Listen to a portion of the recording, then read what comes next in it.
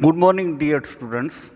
Sanskrit literature में काफ़ी ऐसे सुभाषित हैं जो हमें हमारी लाइफ चेंजिंग करने के लिए इंस्पायर करते हैं। सुभाषित जो होते हैं उसका मीनिंग होता है सुष्ठु भाषते इति सुभाषित, जो हमें अच्छे प्रेरणा दे उसको हम सुभाषित बोलते हैं। तो आज हम स्टैंडर्ड 6 में हमारा चैप्टर नंबर 7 है सुभाषितानी, वो आज हम यहाँ पे स्टडी करेंगे। A subhashita has been called a gem on earth because this is a little complete. He is a mind of thoughts and it has the ability to bring change in a life. In this chapter, 5 such subhashitas has been present. Dear students, सुभाषित जो होते हैं वो पृथ्वी के ऊपर के real diamond रत्न है। एक छोटे छोटे सेंटेंस में है पर वो हमें काफ़ी कुछ प्रेरणा दे के जाते हैं।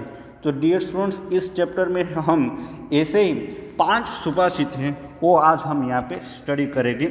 फर्स्ट नंबर सुभाषित है हस्तस्य भूषणम दानम सत्यम कंठस्य भूषणम श्रोत्रस्य भूषणम शास्त्रम भूषणैः किं प्रयोजनम।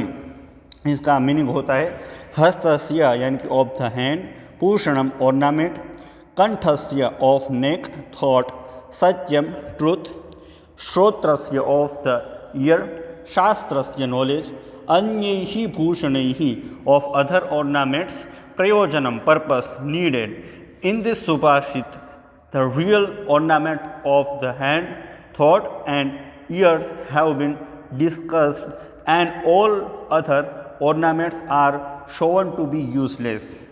Dear students, इस श्लोक का मीनिंग होता है हस्तस्य भूषणम दानम, यानी कि हमारा जो हैंड है उसका रियल ऑर्नामेंट जो है वो दान है। सत्यस्य भूषणम कंठम, हमारा सत्यता जो है वो कंठ की भूषण है। श्रोत्रस्य भूषणम शास्त्रम, श्रोत्रस्य यानी कि जो हमारे कान जो है उसकी भूषण जो है वो शास्त्र है। हमें अच्छी अच्छी वाणी, जो अच्छे अच्छे श्लोक हैं, जो अच्छी अच्छी बातें हैं वो हमें सुननी चाहिए। भूषण ही किम प्रयोजनम, तो दूसरे अन्य भूषण यानी कि ऑर्नामेंट्स हम जो सज के जो तैयार होते उसकी क्या ज़रूरत है। काफ़ी कुछ चीज़ें हमारे अंदर ही इसी तरीके से रही है, जैसे कि हस्तस्य भूषणम दानम, हमें हाथ से दूसरों को दान देना चाहिए। सत्यम कंठस्य भूषणम, हर हमेशा हमें सत्य ही बोलना चाहिए। श्रोत्रस्य भूषणम शास्त्रम, और हमें सुनने के लिए शास्त्र में जो बात प्रतिपादित की है वही बोलनी चाहिए। भूषण ही क्रीम प्रयोजनम, तो अन्य दूसरे ऑर्नामेंट्स की ज़रूरत ही क्या है। सेकंड नंबर श्लोक है काकः कृष्णः पीकः कृष्णः को भेद काकपीकयोः वसंत समय प्राप्ति काकः काकः पीकः पीकः। वर्ड मीनिंग से काकः यानी कि क्रो, कृष्णः यानी कि ब्लैक, पीकः कुकू, पीक काकयोः between a crow and cuckoo, कः व्हाट फेयर डिफरेंस, वसंत समय प्राप्ते व्हेन स्प्रिंग टाइम अराइव्स, काकः काका a crow is a crow, पीकः पीकः cuckoo is a cuckoo. Translation इस श्लोक का है a crow is black, a cuckoo is black. What is the difference between a crow and a cuckoo? When spring time arrives, a crow is crow and cuckoo is cuckoo. Dear students, इस श्लोक में बताया गया कि काकः कृष्ण, काकः कृष्ण यानी कि कौवा जो है वो काला है, ब्लैक कलर का है। हम पीकः कृष्ण यानी कि जो कोयल जो है वो भी काली है। तो को भेद काकपीत पीकयो हो, तो दोनों के रंग रूप सेम ही है, तो उसमें से डिफरेंस कौन सी बात हुई। तो वसंत समय प्राप्ते, जब स्प्रिंगिंग का टाइम आता है तब प्राप्ते काकः काकः पीकः पीकः, तब जब दोनों अपनी जो बोली है वो बोलते हैं तब कौवा की बोली जो है वो सुनने में अच्छी नहीं लगती है और जो कोयल है उसकी बोली हमें सुनने में अच्छी लगती है। तो यहाँ पे हमें ये बात ध्यान देना है कि सभी पर्सन जो होते हैं वो एक समान नहीं होते। जब रियल टाइम आता है तभी हमें मालूम होता है कि कौन सा पर्सन किस तरीके का है। थर्ड नंबर श्लोक है, यथा चित्तम तथा वाचा तथा क्रिया, चित्ते वाण्यां क्रियायां च साधूनाम एकरूपता। यथा चित्तम वर्ड्स मीनिंग, यथा लाइक, हैज़, जस्ट हैज़, चित्तम यानी कि माइंड, थॉट्स, तथा लाइक वाइज, सेम टू, वाचा स्पीच, क्रिया एक्शन, चित्ते इन द माइंड, वाण्याम इन स्पीच, क्रियायाम एक्शन, साधुनाम गुड पीपल, जेंटलमैन, एक रूपता एक समान ही रहते हैं। डियर स्टूडेंट्स, ट्रांसलेशन है, just as the mind is, the speech is, just as the speech is, the action is, there is a uniformity in the thoughts, speech and actions of good people. इस श्लोक का meaning होता है, यथा चित्तम, जिस तरीके के हम थिंक करते हैं उसी तरीके से हम बोलते हैं और उसी तरीके के हम क्रिया करते हैं। चित्ते वाण्याम क्रियायाम च, सोचने में और बोलने में और जो एक्शन करते हैं, बाकी कुछ एक्टिविटी करते हैं, उसमें जो अच्छे महापुरुष हैं उसकी एक रूपता होती है। गांधी जी, स्वामी विवेकानंद, ये सारे इसके एग्जाम्पल हैं। फोर्थ नंबर श्लोक हमारा है, सर्वतीर्थमयी माता, सर्वदेवमय पिता, मातरम पितरम तस्मात् सर्वं यत्नेन पूजयेत्। वर्ड्स मीनिंग, सर्वतीर्थमयी सिंबल ऑफ पिलग्रिम्स, सर्वदेवमय सिंबल ऑफ गुड, तस्मात् therefore for this reason, मातरम पितरम the mother and to father, सर्वं यत्नेन with all efforts, पूजयेत् should be worshipped।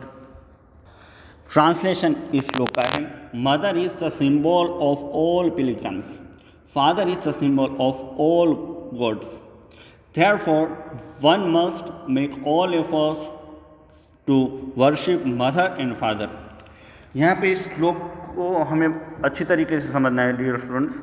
खास ध्यान रखिए कि सर्वतीर्थमयी माता, सभी तीर्थ जो है वो हमारे मदर के अंदर ही रहे हैं। सर्वदेवमय पिता, और उस तीर्थ में जो भगवान जो रहते हैं, देवता जो रहते हैं, वो सारे देवता हमारे पिता यानी कि हमारे फादर में ही रहते हैं।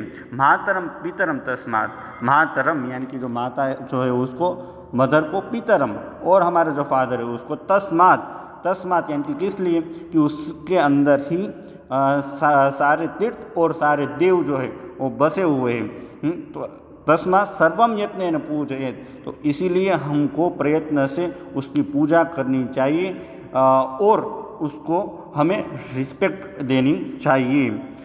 फिफ्थ नंबर श्लोक हमारा है, सुखार्थी च चेत विद्या, विद्यार्थी च चेत सुखम, सुखार्थी न कुतो विद्या, कुतो विद्यार्थी सुखम। वर्ड मीनिंग से, सुखार्थी यानी कि वन हु डिजायर कंफर्ट, चेत चेद इफ, विद्या एजुकेशन, चेत टू गिव अप लिव, विद्यार्थी वन हु डिजायर नॉलेज, सुखार्थी वन हु डिजायर कंफर्ट्स, कुतः from where. In this subhashita the poet say that one who desire knowledge needs to give up comforts, and one who desire comforts needs to give up trying to gain knowledge। Translation है, a person who desires comforts he must give up knowledge, and a person who desires knowledge he must give up comfort। From where, how can one desiring comfort get knowledge, and from where, how can one desiring knowledge get comfort. सुखार्थी यानी कि जिसको एकदम happiness चाहिए उसको त्यजेत विद्या, उसको विद्या का त्याग करना चाहिए। विद्यार्थी यानी कि जिसको नॉलेज चाहिए उसको सुख त्यागना चाहिए। सुखार्थी न कुतो विद्या, जो सुखार्थी होते हैं जिसको सब कुछ सारी चीज़ें चाहिए उसको विद्या कहाँ से मिलेगी, और कुतो विद्यार्थी न सुखम, और विद्यार्थी जो होते हैं उसके जीवन में सुख कैसे लिखा हुआ होता है। यानी कि विद्या प्राप्त करने के लिए हमें प्रयत्न करना पड़ता है, पढ़ाई करनी पड़ती है, लर्न करना पड़ता है, और दूसरी सारी जो चीज़ें हैं वो भी हमें पढ़ाई के लिए हमें करनी पड़ती हैं। तो यहाँ पे ये श्लोक जो है वो इसी के ऊपर स्टडी के ऊपर डिपेंड है। तो इस तरीके से डियर स्टूडेंट्स हमने यहाँ पे चैप्टर नंबर 7 में टोटल 1 से 5 तक के जो सुभाषित थे उसके विथ मीनिंग हमने यहाँ पे सीखा है, समझा है। उसी के साथ आपको एक और लिंक दी जाएगी, उस लिंक में सुभाषित के प्रोनाउंसिएशन के साथ किस तरीके से आप लर्न कर सकते हो उसकी एक लिंक होगी। नेक्स्ट डे इसके क्वेश्चन आंसर आपको सेंड किए जाएंगे, तो वो आप अपनी बुक में अच्छी तरीके से नोट डाउन कर देना। Thank you so much dear students.